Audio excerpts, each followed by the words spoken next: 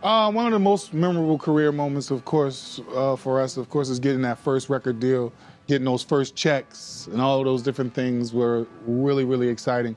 But my very most memorable career moment, for the most part, is taking our sixth album, which was our first independent project that we were able to put together. And all of that came as a culmination from all of the work that we had done with different labels and all the experiences that we had to have learned how to take a project from A to Z, not just producing it, writing it, and creating it, but packaging it, marketing it, all of those different things, and watching it go from baby infancy to fully developed adult, in a sense, by putting it out was like really, really exhilarating and gave us so much inspiration to continue to do this journey, because everybody knows that the music business has changed so dramatically, and to have learned what we had learned and be able to put that into action was just like really, really exciting and very rewarding. And you know, from the long journey, it just made us feel like, hey, we definitely are doing this fucking shit. Definitely. Definitely. I have a lot, I guess, of memorable career moments, and this is probably not a moment that's very big, but it was significant to me, was that when our first album came out, it had a lot of critical acclaim, and it did very well, and people really received what we were about, except for this one guy, right? And so he really wasn't impressed, and then he wrote about it.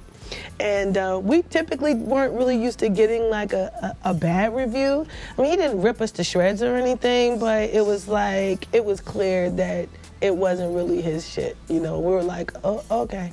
And so we let it go, whatever, but he moved around from a couple different publications, and so he's always still around. So it's always like we never could get this guy to be like a believer. And we put out several albums after that. And then around the time that the country was just going to the crap for a minute, and everyone was in the middle of a huge recession, and we went through some things as a family, which we documented and everything for our fans, and we, the end result was an album called Love Has No Recession. We did this album, and it was really kind of a labor of love, because not it wasn't that all of them weren't, but this one in particular, because we had gone through some challenges that were so specific to who we were as a family. You know, we had a lot of children, and we were in the music business, which is overhead. You know, it's not a necessity. So during a time when people are in a recession, they're not gonna buy CDs, they're not gonna go to concerts. So people like us, you know, suffer as a result of that. So the album was really emotional for us, and we're really happy about it, and didn't really look at it like, oh, this is gonna be the big album, but you know, we put it out and we loved it. Well, anyway, this guy reviewed the album, and when he reviewed it, he said, this is probably the closest thing in terms of social commentary that I've heard through rhythm and blues other than What's Going On.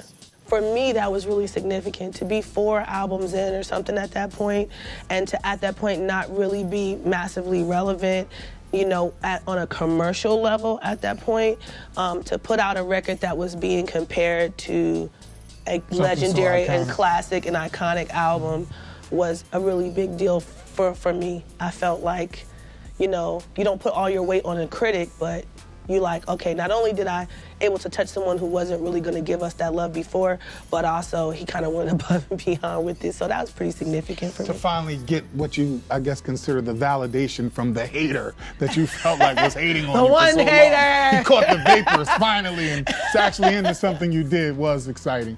And everybody's looking for that, because everybody wants to be appreciated, everybody wants to be liked, and everybody wishes that everybody loved what they did. And we all know that that is a fallacy and that doesn't really happen.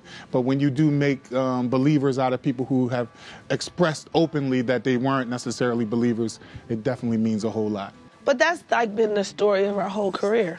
Because that's probably the most significant thing about our work, period, is that when we first got started, we would come out of what is basically like a rap crew. I mean, we started out as a group doing a lot of shows that were, you know, associated with the Roots. And so, like, in the very beginning, Black Lily was kind of associated loosely, but associated with them, where we would go do shows. It's like we were singing love songs, we were singing R&B, like, oh, and the dudes would be sitting there and, like, they'd be pissed because they're like, man, when is the hip hop coming on? You know, they're like annoyed with us. And so we watched the process during the show where they would start out, literally this happened. A dude like seriously stood in front of us like this. And we started singing, and we literally watched this happen. Second song, he was like, third song, he's like this.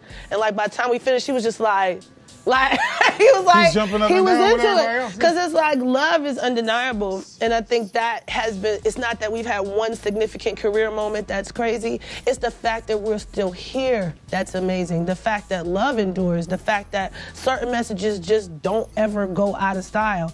And the fact that people who have had certain life experiences first and weren't checking for it then, but then they had life experience, kids, get married, love, whatever. They come back and they're like, oh, I love y'all, oh my God. So to me, it's that ongoing relationship that we've had with fans that's the most significant moment or series of moments that it's been for me.